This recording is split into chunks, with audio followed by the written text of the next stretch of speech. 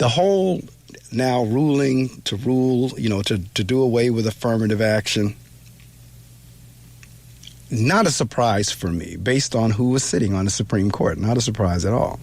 But see, my issue with affirmative action altogether is there was a reason affirmative action had to be put in place to begin with. See, we're not dealing with the root, because the root is, why did we have to put affirmative action in place to begin with?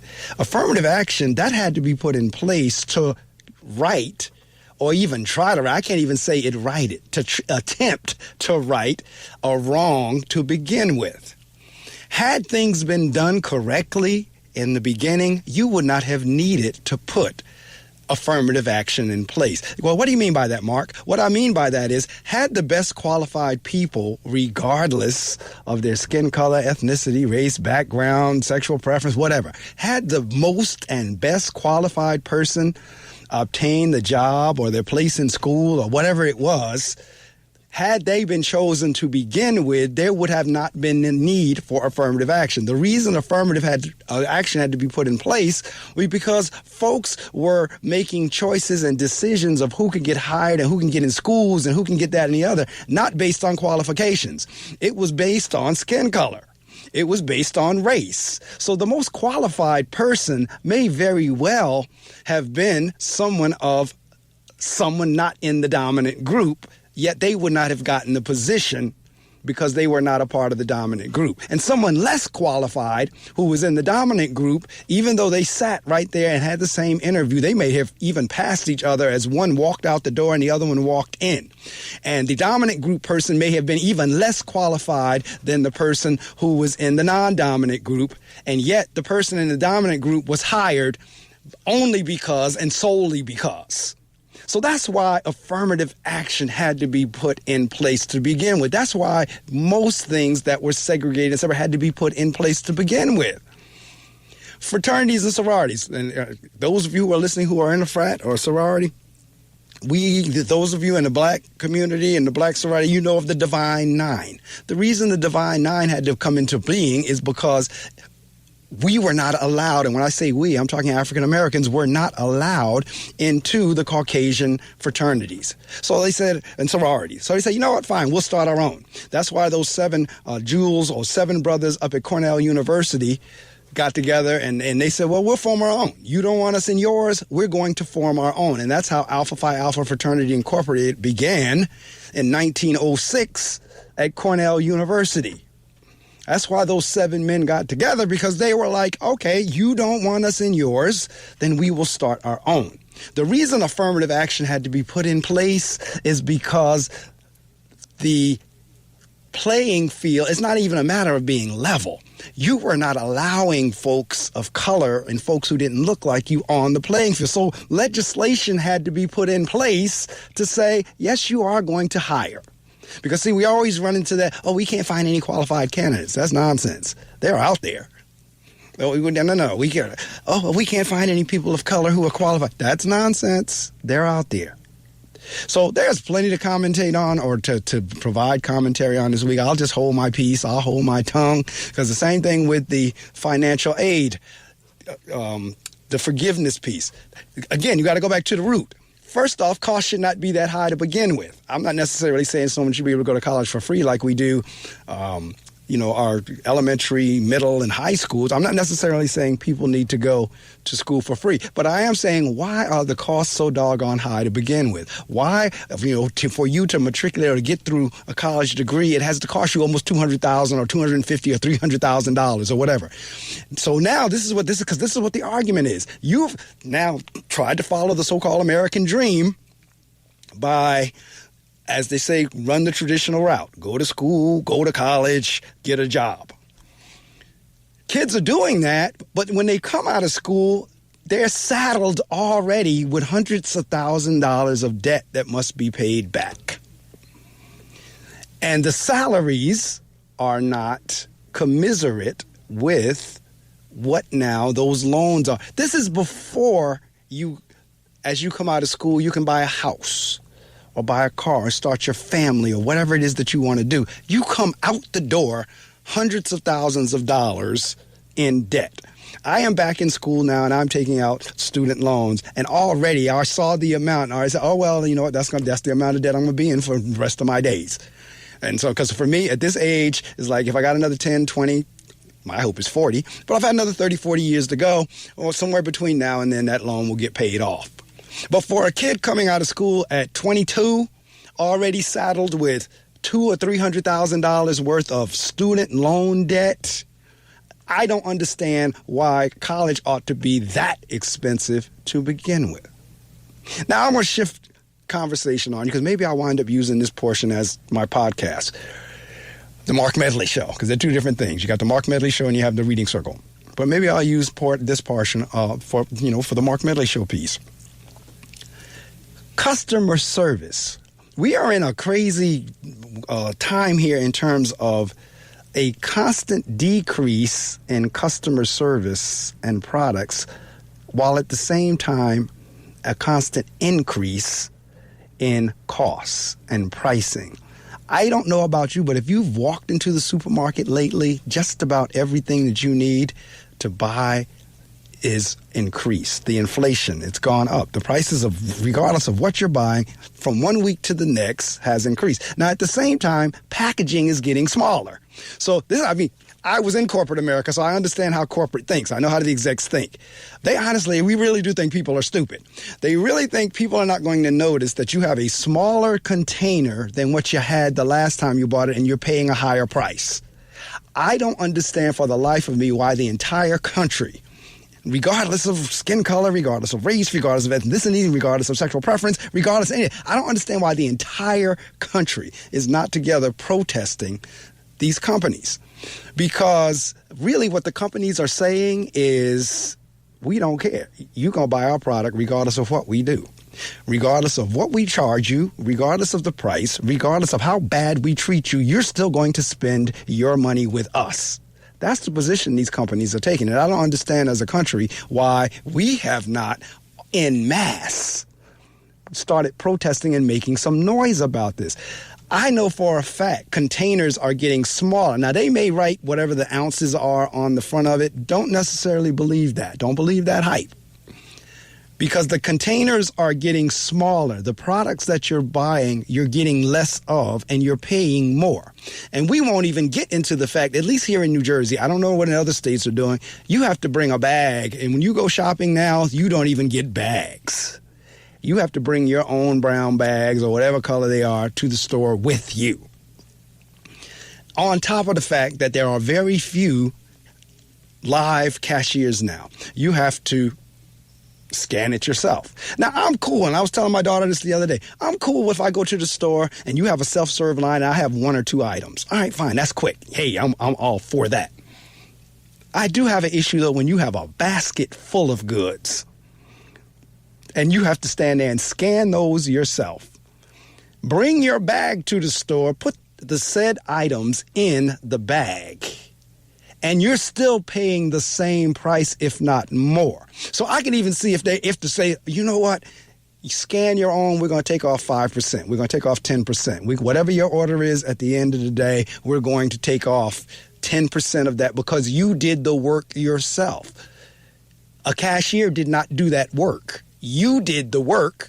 So you walked around the store, you shopped, you filled your basket, and now it comes time for you to pay. You have to scan it yourself. You have to put it in a bag that you brought and take it out to your car, and you're paying the same thing as when you were getting the service of the cashier and a bagger doing that. Same holds true for banks.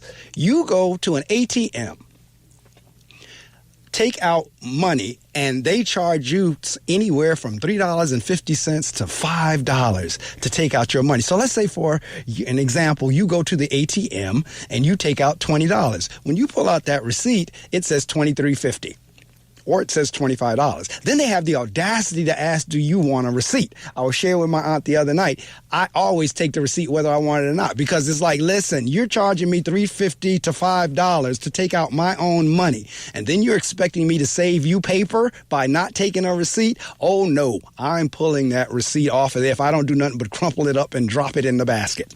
Because somewhere in there, I got to get something for my money. You've just charged me $3.50 to $5 to pull out my $20. So now I didn't pull out $20. I now lost $23.50 or $25. So yes, I am going to pull off that receipt. When I go to a store, I'm going to get in that live cashier line. Now, this is the funny thing about that, because the line be out the door. This is again where, to me, I don't think store managers are responsive, because if they have any eyes in their head, they would see how long these lines and say, you know what, people really don't like this self-serve thing. At least not a whole lot. I mean, some do, fine. But there's a significant number of people who don't like it, and they're lined up at the live cashier. That, for me, if I was the store manager, I would just say, I need to get a couple more people, because what you'll have is 14 to 15 to 20 cashier banks and one person working only one. And the line is at that one person. And to kick it all off and make matters even worse, you'll have 3 or 4 people standing around trying to look important. You'll have somebody standing there with a clipboard doing nothing. You'll have a couple people acting as if they're folding clothes or putting stuff on the shelf, and they're not really doing anything. My point is, all these folks could be working and helping with the customer service experience, because when you check out, that ought to be the best experience of your shopping time. That's the time where the store has the opportunity to really make you feel valued. That's the time for the store to have the opportunity to really express their thanks for you choosing their store to buy your products in. But that's the most frustrating part of the experience now. When you have to go up and pay, that has now become the most frustrating part of the experience. And mind you, what I just said, you're going up to pay. You're getting ready to spend your hard-earned money for somebody that's pretty much saying, we don't care about you because we know you're going to have to spend this, and you're going to spend this with us anyway. Because that's pretty much what they're saying. When you have a line around the store and you have one person looking hopeless and merciless because it's like, oh my God, I need some help, and nobody's coming.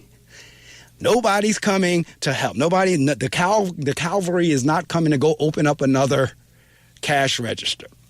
And in the event that it does, that long line, all of a sudden you start seeing people in the middle to the end of the line start running to the person that says, next person over here, please. I mean, I've literally been standing on the line where there's been one person, the line wrapped around the store. And many of you, if you know anything about some stores, especially when they have clothes, they have hangers they are color coded. They have little knobs on the hangers to let you know the sizes or what have you. I've literally been in a store where the poor girl was ringing people up. The girl standing next to her was sitting there putting these little colors on the top of the hangers. That was her job, to sit there and put a color. And she sees her colleague. And then there was another one standing there fooling around with the cell phone, and another one with the clipboard. So needless to say, because I have a big mouth, because I don't have a problem, especially now, I don't have a filter, I don't have a problem with opening it, I went to the young lady standing around there with the cell phone and the clipboard saying, how come you all don't open another cash register? And you see your colleague, you see your peer sitting there struggling with this long line. And the girl tells me, because we each have different jobs.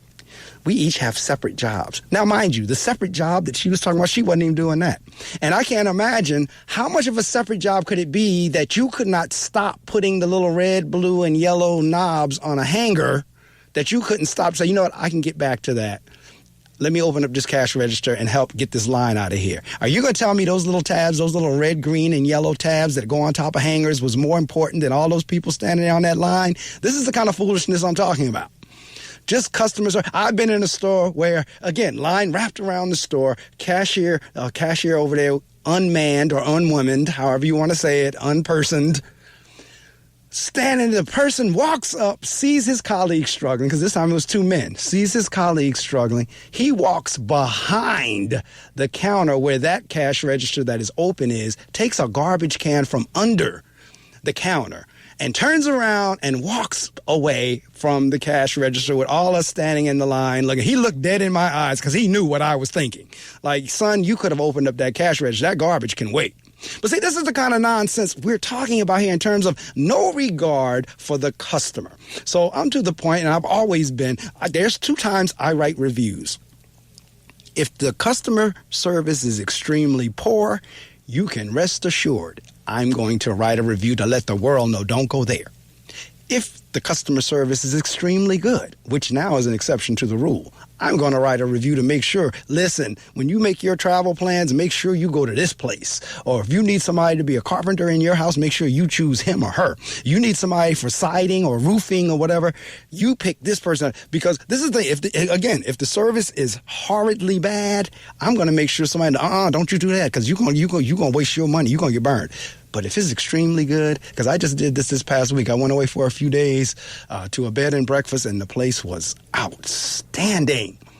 And I told the proprietor, I am going to make sure I write you a review. And so I wrote a review on Google, and I wrote a review on TripAdvisor. I understood now why this place had been receiving 5 stars.